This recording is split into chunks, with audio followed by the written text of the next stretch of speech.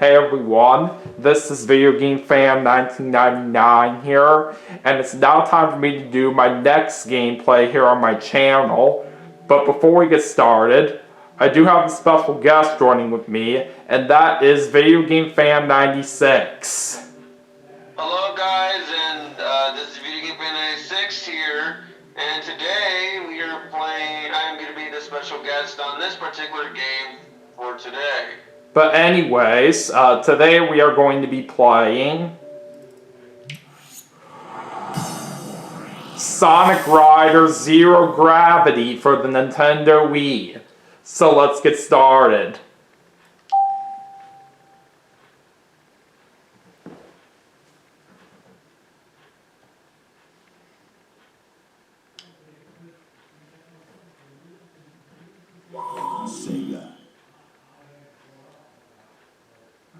We're just going to skip the opening intro.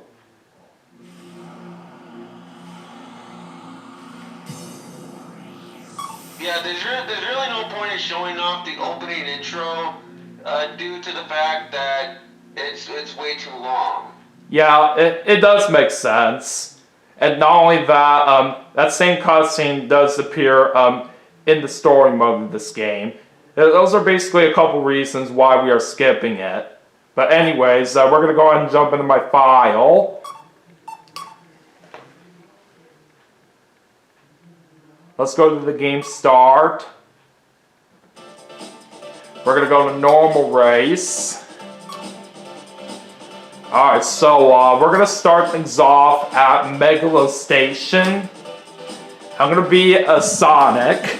And for how this is going to work is we're going to start by using the blue star. And then for the other races, I'm going to have Dominic choose what extreme gears that I play as. But we're going to start off nice and simple with the blue star.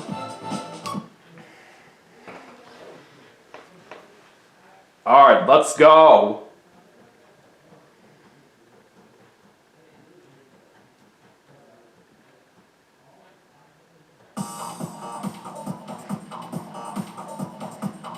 Alright, bring it on!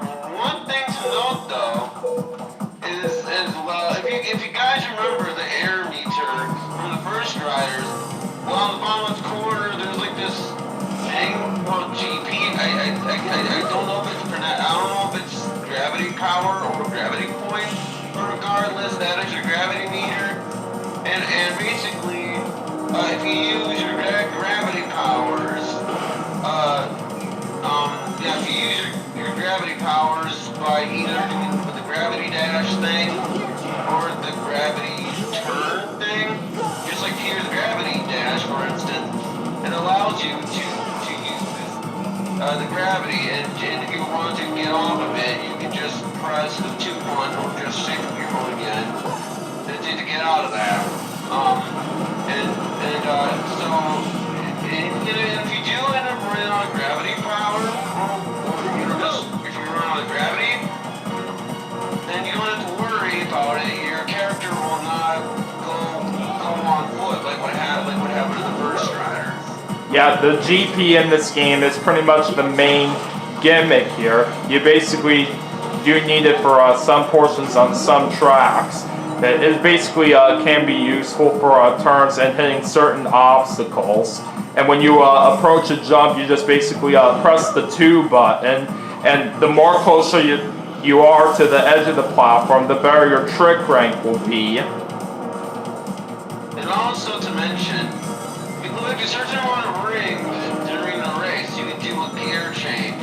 And depending on the extreme gear that you use, depends on how good the gear change will be, depending on the extreme gear that you use. The gear changes are a cool new thing about this game. When you do have enough rings for one, you can just basically press the A button to use that. We got low speed from the item. That is not very good. And basically in this game,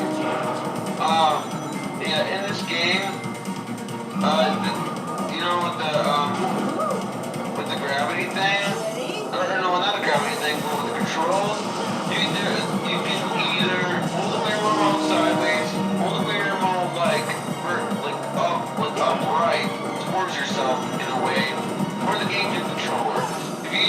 if you use the Wii U though, you can only use the Wii remote upright or Wii remote held sideways. And well, I'll explain more about my preferred controls once we get to the next race, and after I do whichever extreme gear. Sure thing. So anyways, we got third place on that first race, so that's not too bad. Prima's the one that got first place right there. But anyways, we're going to go to our next race right now, and this time we're going to go to Nightside Rush. And let's see, what extreme gear should we use for this one? Well, I suppose for this one, you could use the cover S. Alright, cover S. I just need to try to find it somewhere. Okay, there it is. So this is basically one of the pairs of skates that you can choose from on this game. And of course there are various kinds of extreme gears that you can choose from. There's of course your regular boards, the skates which I'm using right now, and there's also air rides, yachts, bikes, and wheels.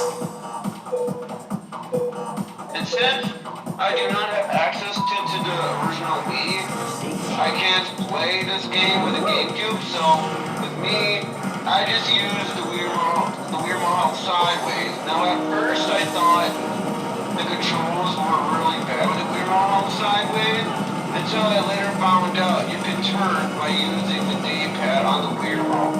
So necessarily, if you want to, you can really only use the the motion control capabilities of the Wii remote by using the gravity dash thing. But otherwise, yeah, you don't really have to worry about the controls for the Wii remote sideways. However, with the moving the Wii remote in the upright position, to me, it just doesn't feel right. Because then you have to point the Wii remote to the screen, and then you have to turn, but half the time with that control scheme it doesn't even work half the time. So that's why with me, since I do not have access to the original Wii, I use the Wii remote sideways, and I think the controls work pretty well for that. Yeah, holding the Wii remote sideways is also my control style of how I play this game. I do find that the Wii remote held vertically does not control well, like you were saying. I don't recommend that control scheme at all for those of you who have this game. And as I got Zero Gravity, they did tone down certain things. Because in the first riders, for instance, to get tricks and get air, you had to hold the jump button, and then once you're in the air, you have to use the analog stick or whatever and try to land properly. However, Zero Gravity, you can just press the 2 button or the X button if you use PS2, if you play on PlayStation 2. So there's that for you guys. I first played this game on the PlayStation 2, but then I later bought it on the Wii at some retro game store. So, Sonic Riders Zero Gravity, I think the game is pretty good, to say the least. I mean, I still prefer the first Riders, but this game is definitely way better than compared to free Riders, though. But then again, I don't have an Xbox console. I did play the game a long time ago, but yeah, Sonic Riders Zero Gravity is not that bad of a game. I actually think it's pretty decent. But it's just the first Riders will always be my all-time favorite Sonic Riders game. Oh, that is very nice. And I should point out, by the way, for the different kinds of gravity moves you can do, there's a gravity control which you basically use by holding down the 1 button and you basically tilt the Wii remote to actually make that turn a whole lot better. And then there's the gravity dive which you actually use by shaking the Wii remote, which will make you go very high speeds. But anyways, we're all done with that race now, which we ended up in 4th place. Let's see what happens in the next one. Alright, next up we're going to go to the Botanical Kingdom. And what extreme gear are we going to use for this one? And so for this Alright, the bingo star.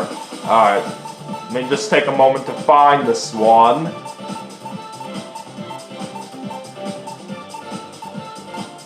Alright, there it is. So this is basically one of the yachts that we are using. And depending on the kinds of extreme gears that you use, depends on what gear changes that you get as well. Which is basically what I was bringing up earlier. In regards to the gear change, although if you do manage to buy the Rainbow Extreme Gear, which to my knowledge is basically like the most expensive extreme gear you can buy, when you buy the Rainbow Extreme Gear, it has unlimited gear changes. So you can use the grind, the fly, and the power, whatever it is. And yeah, so if you do manage to get that, well then that's okay, I guess. But at least it's better than the Supersonic Reward Extreme Gear in this game, because in this game, in my opinion, it is not worth unlocking Supersonic in this game compared to how it is when you unlock Supersonic in the First Riders. Because in the First Riders, when you unlock Supersonic, well, Supersonic controls pretty well.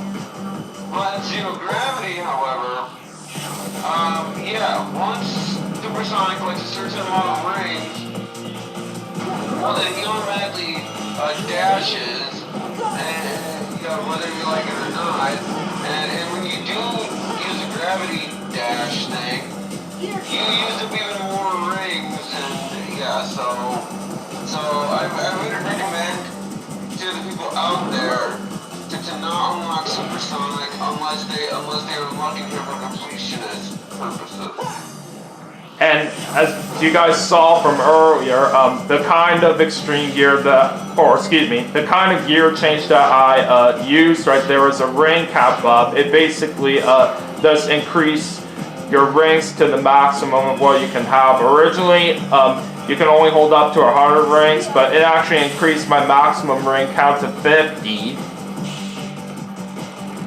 Basically, my preferred way of grinding for rings is to use the Gambler and then just using that on the World Grand Prix, and that's just my preferred way of grinding for rings. I did manage to get all the extreme gear on the Wii, but I don't know if I did it on the Wii U. But I'm gonna have to check back in my file on a later occasion. But I do know though, that you don't really get anything if you do get all the extreme gears, except for satisfaction that you perform them all. And also, depending on the kinds of extreme gears that you use, depends on its abilities that it can have. For some of the regular boards out there, they basically do have a grind gear change, which allows you to grind on rails. The skates can also do the same thing. And with air rides and yachts, they have the ability to fly through the rings.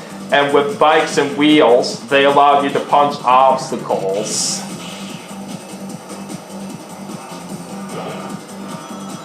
Alright, we're going to stop here for this part, and I'll see you guys in the next part.